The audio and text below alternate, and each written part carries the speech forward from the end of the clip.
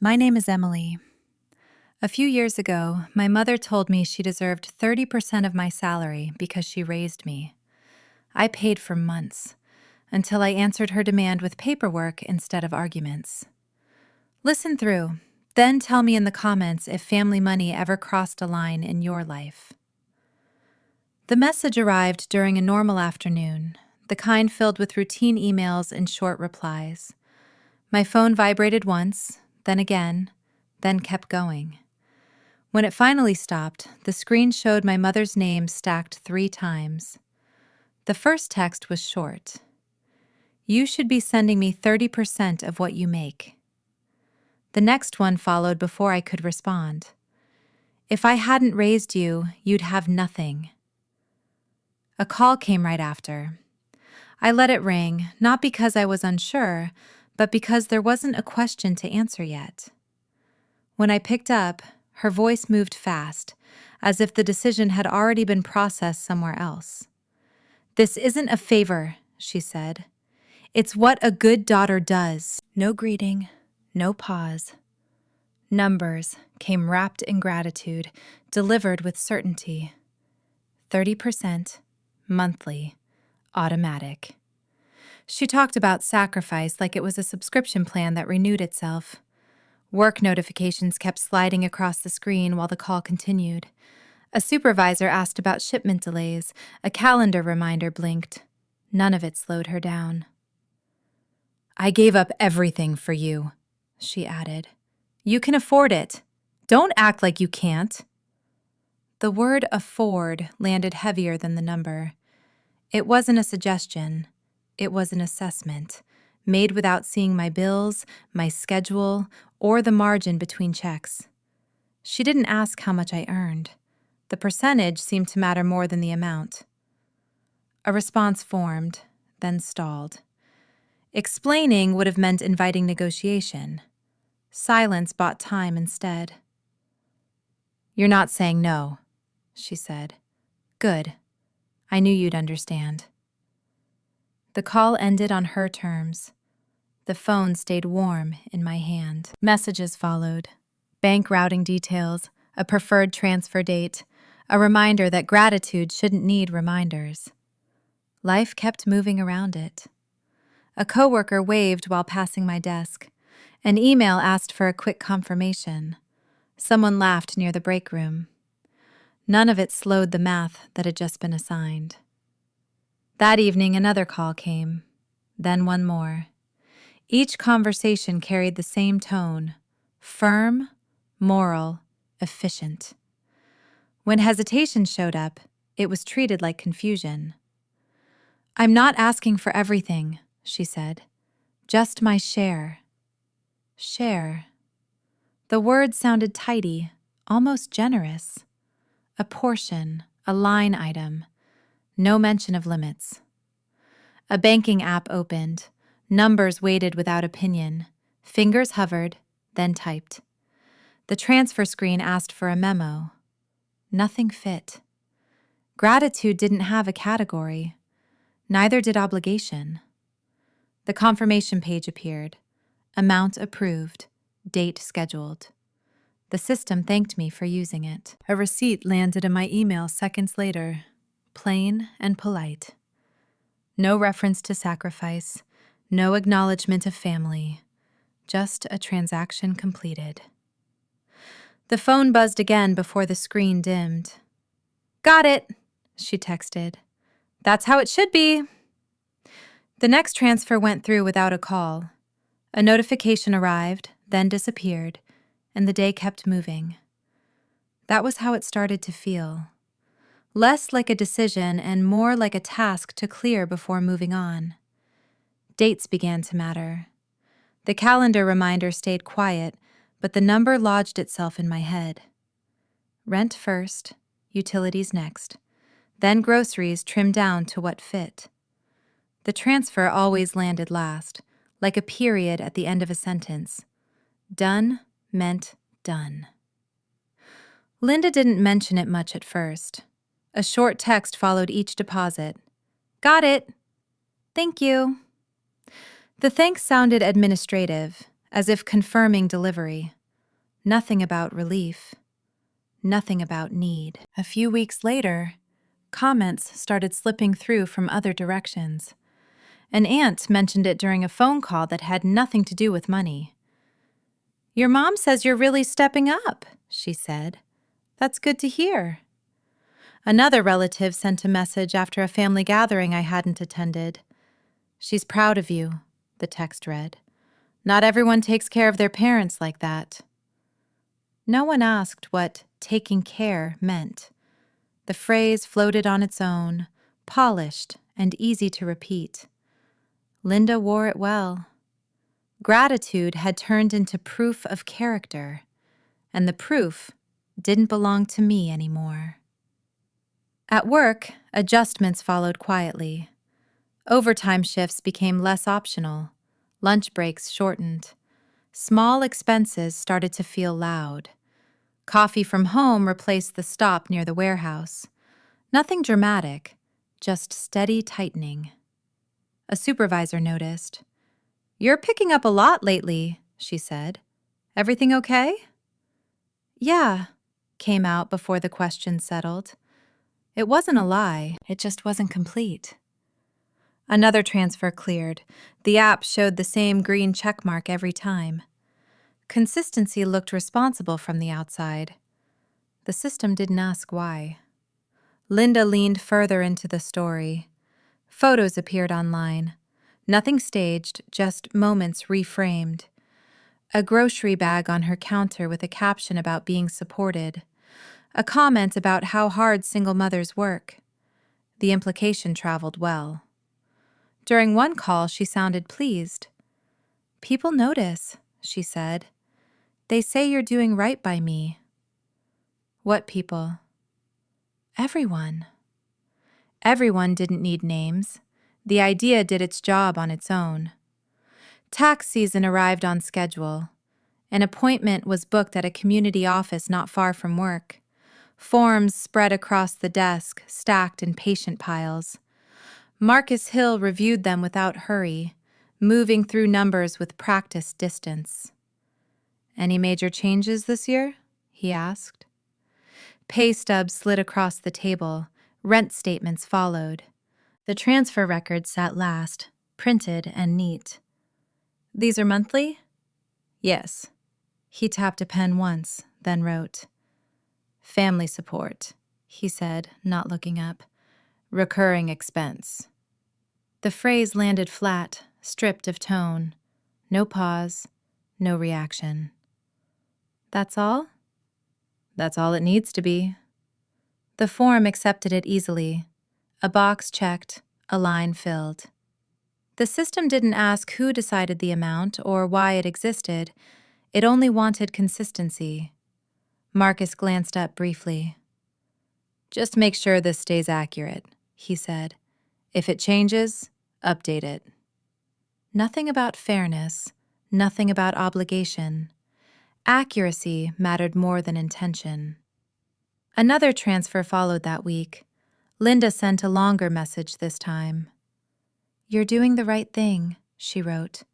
"I raised you to understand responsibility." Responsibility had become her favorite word.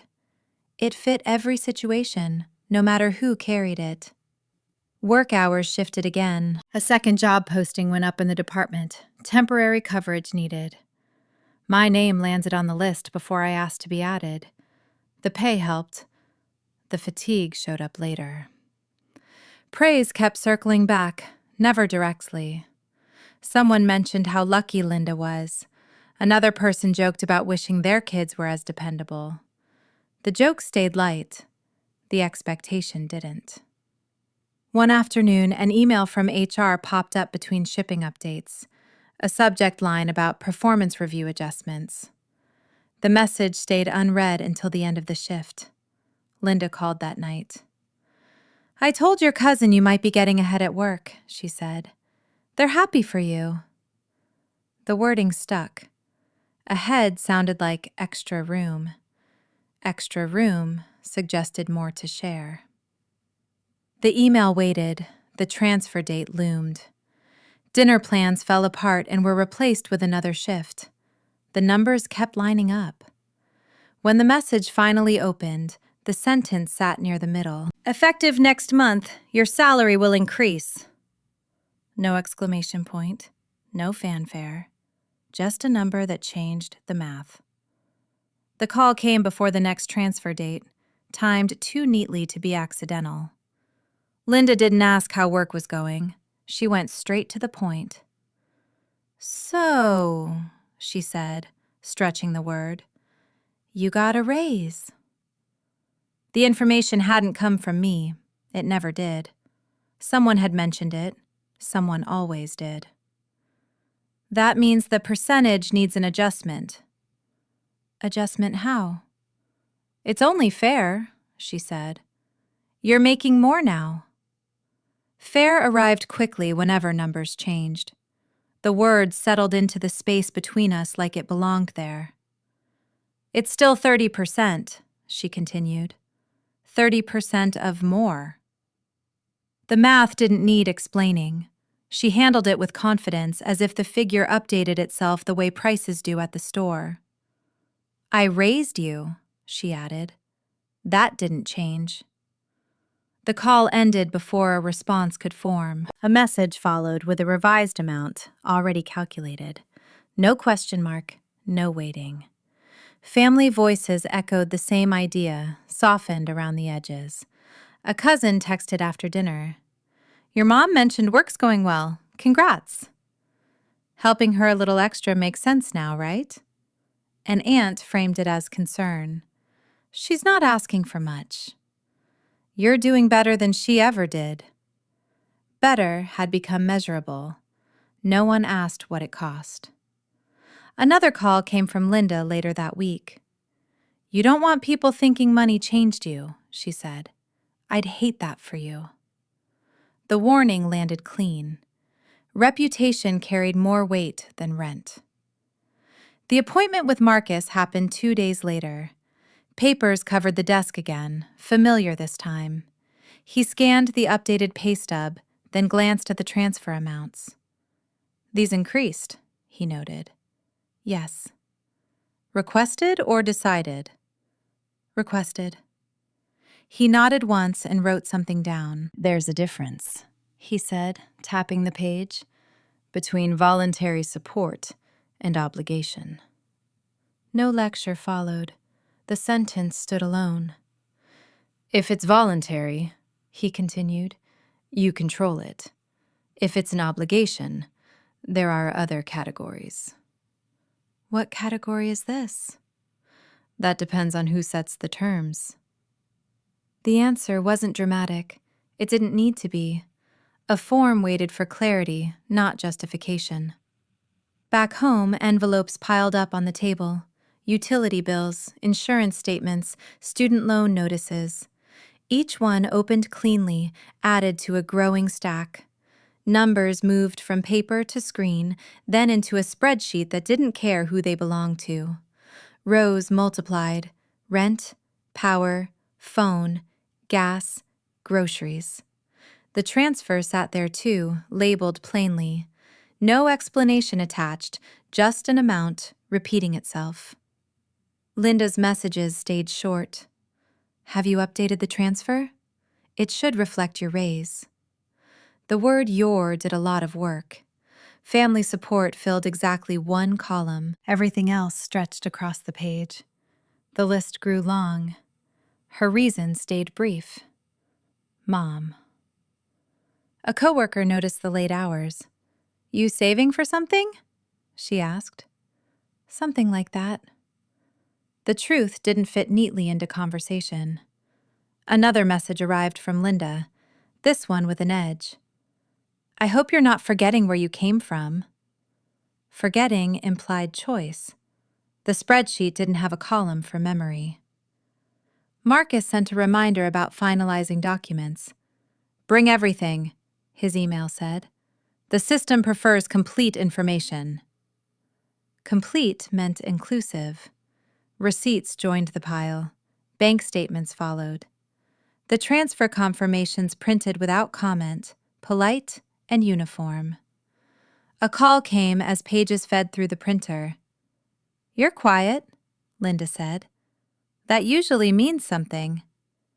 "Just busy." "With what?" "Paperwork." She paused, then laughed softly. "Don't make this complicated," she said. "It's just family." Family took up one line. The rest filled several pages.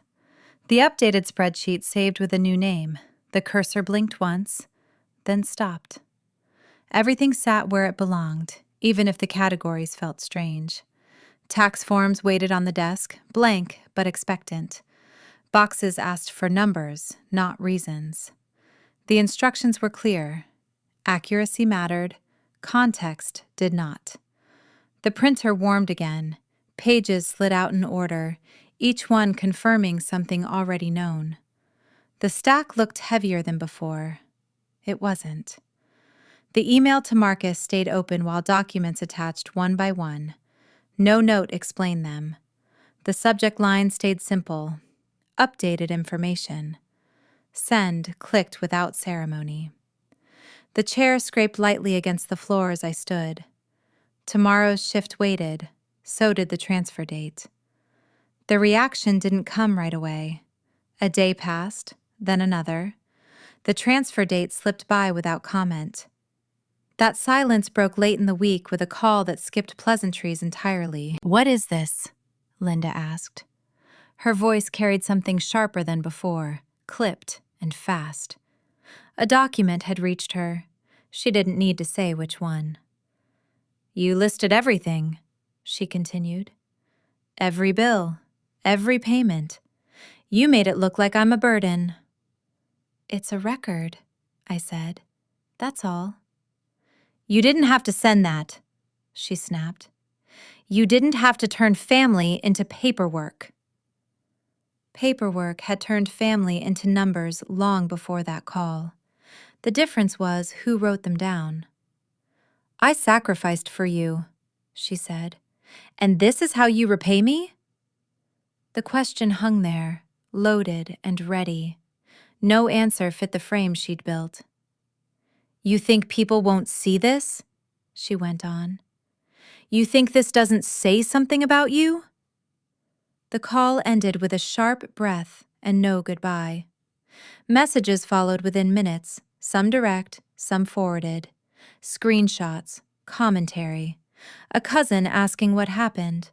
An aunt reminding me that parents aren't line items. Word moved faster than explanation. The story changed hands and tone along the way.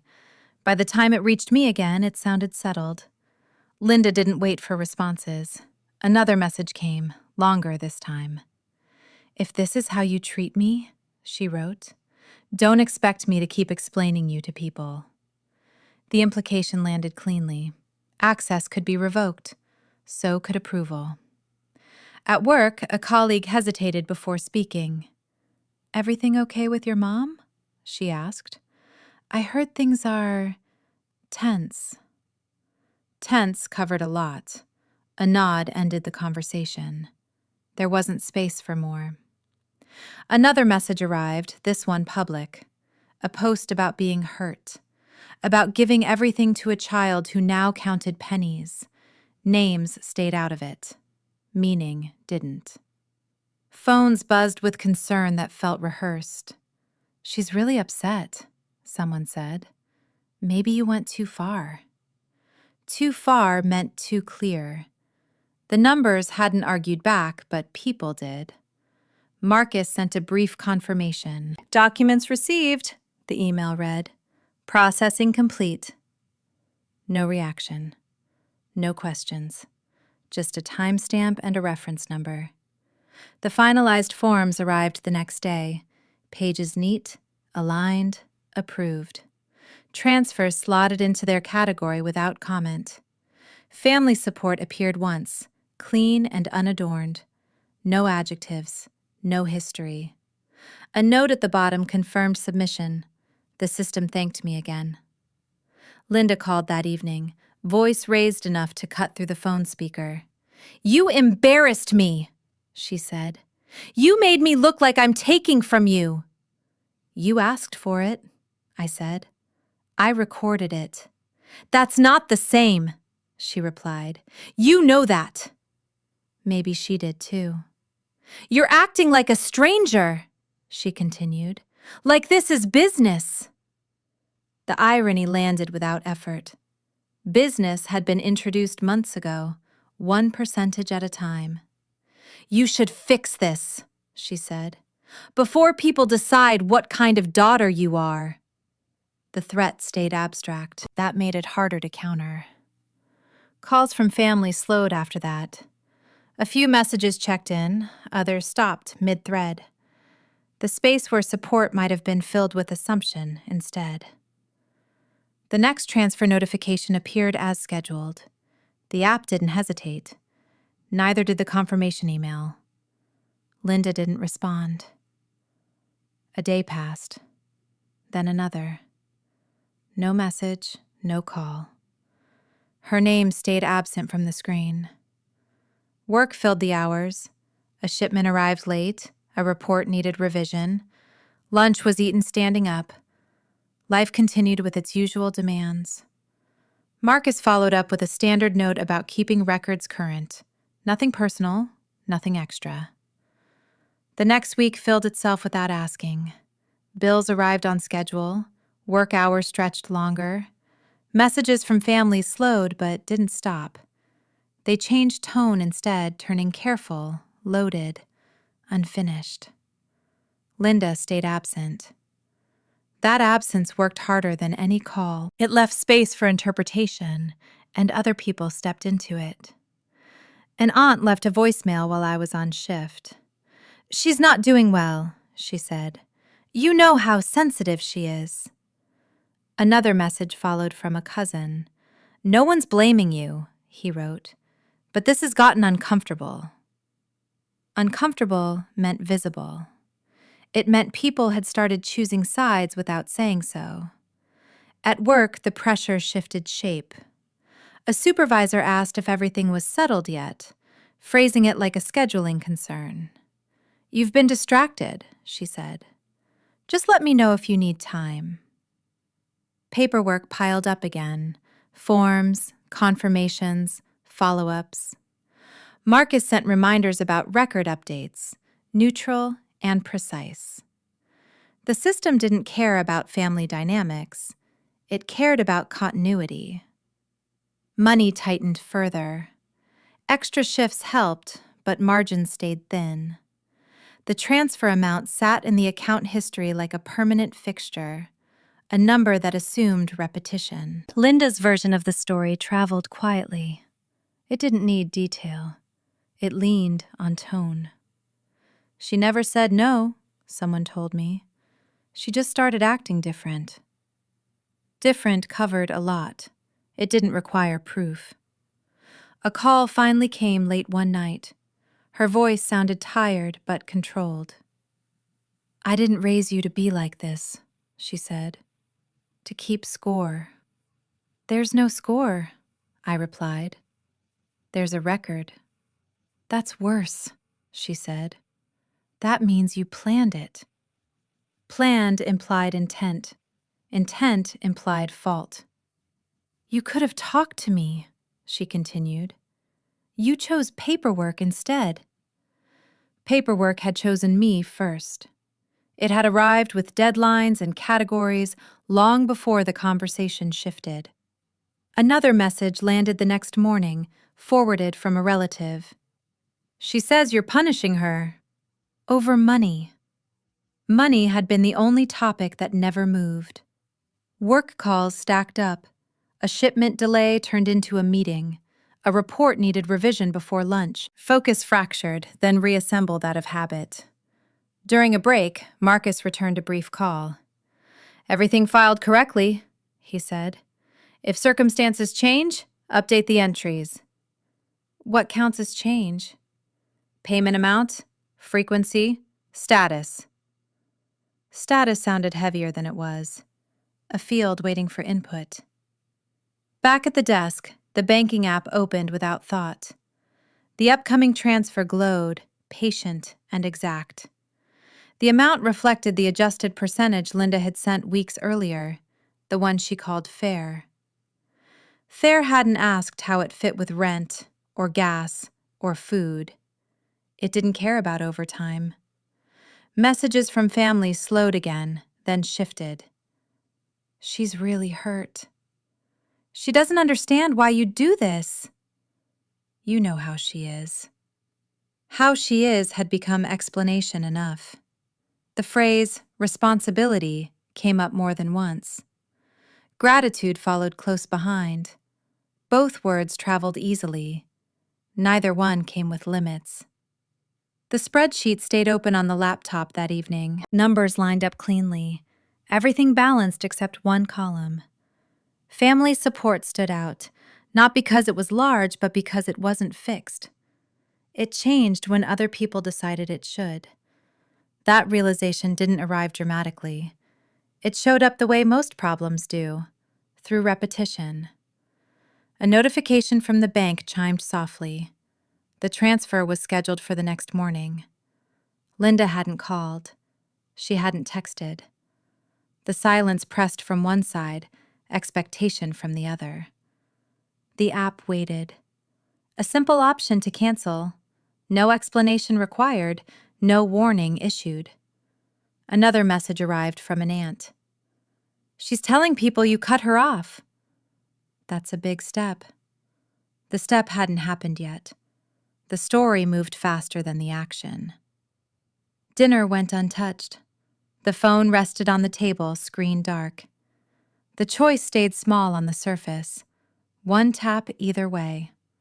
The pattern became clear all at once. Paying hadn't kept the peace. It had only postponed the next demand. Silence hadn't softened anything. It had trained everyone to expect compliance. Responsibility without boundaries had turned into obligation. Obligation had become entitlement. The transfer screen opened again. The amount looked the same. The date stayed fixed. Cancel sat below it, understated and final. The tap landed without ceremony. No message popped up asking for a reason. The app didn't argue. It updated the status and moved on. A confirmation email arrived seconds later, brief and polite. Your scheduled transfer has been canceled. The call came from a number I didn't recognize. It left a voicemail that used careful language and a slower pace. This is regarding a request for assistance, the woman said. Please return the call. Linda didn't mention it when she called later that day. She went straight to accusation. You cut me off, she said. And now people are asking questions.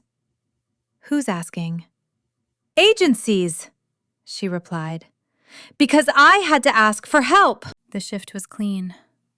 No apology, no pause. The problem had moved from family to institutions.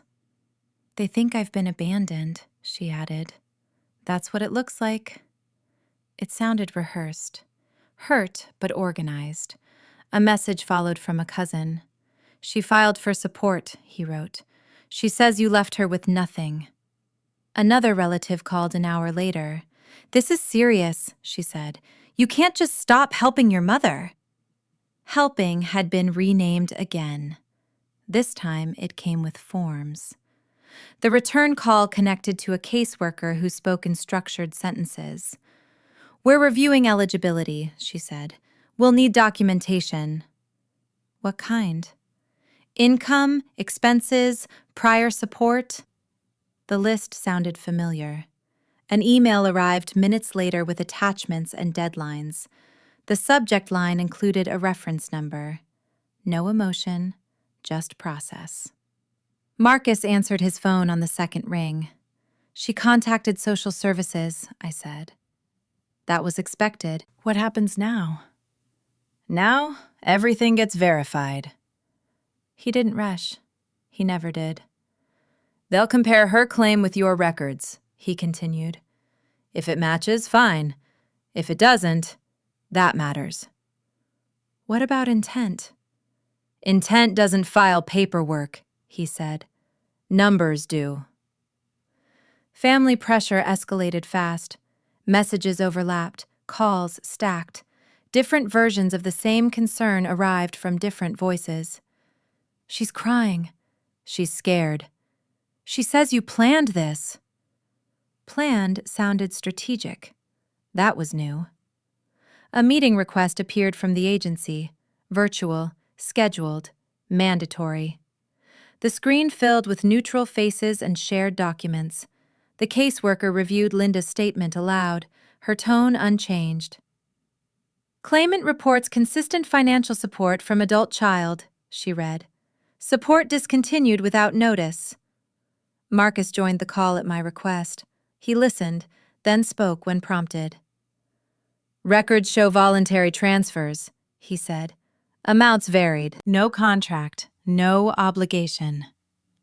The caseworker nodded and typed.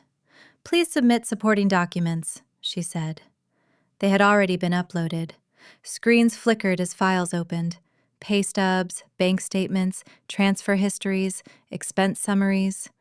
The story unfolded in columns, not sentences. Linda spoke up, voice strained. You don't list everything you gave up, she said. You don't list sacrifice. The caseworker didn't look up. We can only consider documented financial activity, she replied. Personal history isn't a qualifying expense. That sentence landed harder than any argument. Linda tried again. She makes enough, she said. She can afford it. Affordability isn't the standard, the caseworker answered. Dependency is. Silence followed. Not dramatic, procedural. Marcus filled it. Based on these records, he said, there's no legal requirement for continued support. The caseworker confirmed with a nod. We'll close the request pending further information, she said. If circumstances change, claimant may reapply. Reapply sounded clinical. It wasn't an apology or a judgment, just a door that closed. After the call ended, messages from family arrived slower, less certain. They didn't approve it? So you're not required? Required had replaced right. Linda called that night. Her voice carried urgency without direction. You brought strangers into this, she said. You made me look bad. They asked, I replied. I answered. You sent them everything, she continued. You didn't have to do that. The irony sat there, untouched. Everything had already been sent before. This time, it just reached the right place. They don't understand, she said. They only see numbers. Yes. The word ended the sentence. There was nothing to add. Another email arrived from the agency confirming closure. A case number. A date. No commentary. Marcus forwarded a final note. Keep records current, he wrote. That's all. Family messages shifted again. Some stopped entirely. Others softened. I didn't realize it was that clear, one text read. Guess there's more to it. Clear hadn't changed how it felt. It changed what could be said. Linda didn't call the next day, or the one after that. Her online posts disappeared. The story lost momentum without fuel. The follow-up email arrived without urgency. A subject line about account maintenance. A reminder to review contact information. Nothing hinted at conflict. The system had already moved on. Forms were updated that night. Address confirmed. Emergency contact changed. Automatic payments reviewed and trimmed down to what belonged there. The process felt mechanical, which helped. Each step replaced assumption with structure. A separate document followed, short, direct, written once and saved. It stated boundaries without explanation. No requests, no conditions. Just what communication would look like going forward, and what it wouldn't. The message went out to Linda by email, not text. I'm not able to provide ongoing financial support. Please direct any necessary communication to email. No mention of love. No defense. The sentence didn't ask for agreement. The reply came an hour later, longer than expected. "So this is how you do it," she wrote. "You hide behind rules." Rules hadn't hidden anything. They had removed the audience. Another message followed, sharper. "You think this makes you right?" The email client logged the receipt. It didn't ask whether to respond. The document stayed as written. Family chatter thinned. The volume dropped first, then the certainty. A cousin checked in, careful with wording. "I didn't realize the agency closed it," he said. "Guess there's not much else to say." Not much turned into nothing. Group messages went inactive. Calls slowed. The story lost traction without reaction. Linda tried once more, switching tactics. "I just need help figuring things out," she wrote. "You don't have to be like this." Like this meant consistent. Marcus sent a brief update after reviewing the boundary notice. "That's sufficient," he wrote. "If she contacts agencies again, refer them back to existing records." Refer sounded like a handoff, not a fight. Work steadied. Shifts stayed long, but predictable. A supervisor stopped by during a break. "Things seem better," she said. "You're more focused." Better didn't feel like relief. It felt like fewer variables. Linda's financial reality surfaced on its own. A relative mentioned she'd started asking around for short-term help. Not 30%. Not monthly. Small, specific amounts. The requests came with explanations now. "She said she's sorting things out," the relative added. Sorting out hadn't been an option before. It was now. No one called to argue. No one demanded justification. The absence of noise did the work arguments used to do. Another email arrived from the agency weeks later. A routine notice about case closure retention. Records archived. No further action required. The message ended with the polite line, "Thank you for your cooperation." Cooperation had replaced conflict without ceremony. Linda stopped posting. Her name faded from threads. The space where pressure used to sit emptied slowly, then all at once. A message came late one afternoon. "I'm adjusting," she wrote. "You didn't have to make it public." "It wasn't public," I replied. "It was accurate." That ended the exchange. No follow-up came. Dinner happened on schedule that night. Groceries fit the budget again. The spreadsheet stayed closed. There was no need to check it every day anymore. The banking app sent a routine notification about available balance. No pending transfers, no warnings. The system stayed indifferent. That indifference felt earned. Another work week wrapped. Pay deposited, bills cleared. The remaining number stayed put. Linda didn't reach out again. When family mentioned her, it was in passing. No urgency, no instruction. "She's managing," someone said. "Seems like things settled." Settled meant no leverage left. The boundary email stayed archived. It didn't need revising. Silence held. Work didn't slow down after that. Orders still came in late. Trucks still missed their windows. A supervisor still checked numbers twice before signing off. The routine held, and that mattered more than it sounded. Paychecks arrived on schedule. Rent cleared. Utilities followed. The remaining balance stayed where it should. Nothing extra moved out.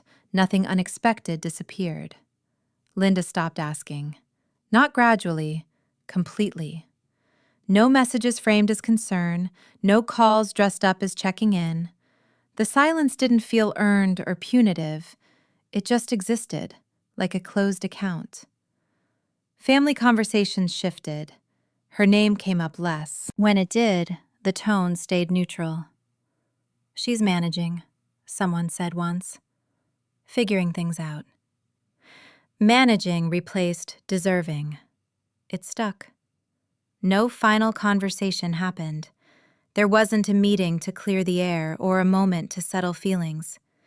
The absence of that ending felt deliberate on her side, accidental on mine.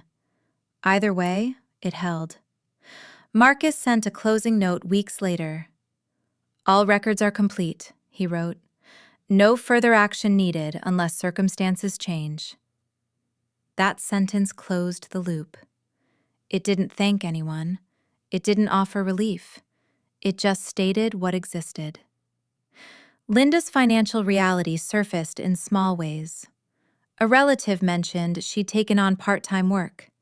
Another said she'd downsized. The details arrived without commentary. They didn't need it. No one congratulated me. No one offered sympathy. The fairness of that felt right. This wasn't a victory. It was an adjustment. At work, the review came and went. Performance met expectations. No mention of personal matters. Logistics stayed logistics. The predictability returned. Budgeting settled into habit. Numbers updated once a month instead of daily. The spreadsheet didn't grow.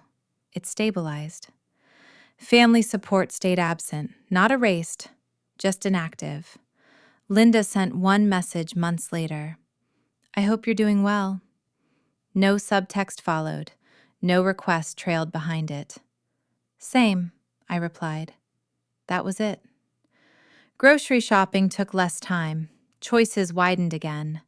Dinner plans stuck. The fridge stopped looking like a negotiation. A coworker invited me out after a late shift. A quick meal, nothing special. The place stayed open late, reliable and unremarkable.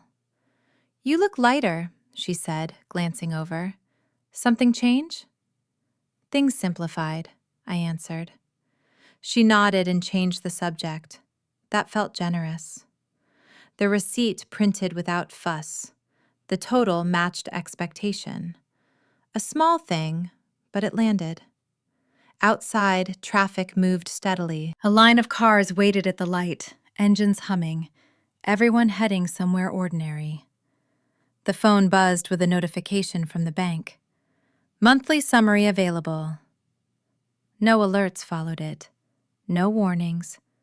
The system had nothing else to say. Walking toward the car, keys already in hand, the week lined itself up ahead. Shifts scheduled, errands planned, bills anticipated and covered. No space left for debate. Linda didn't call. Family didn't ask for updates.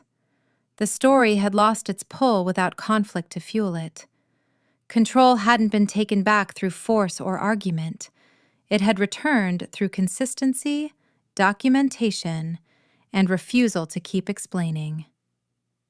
The door closed behind me as the engine turned over. Traffic eased forward. Another green light appeared, right on time.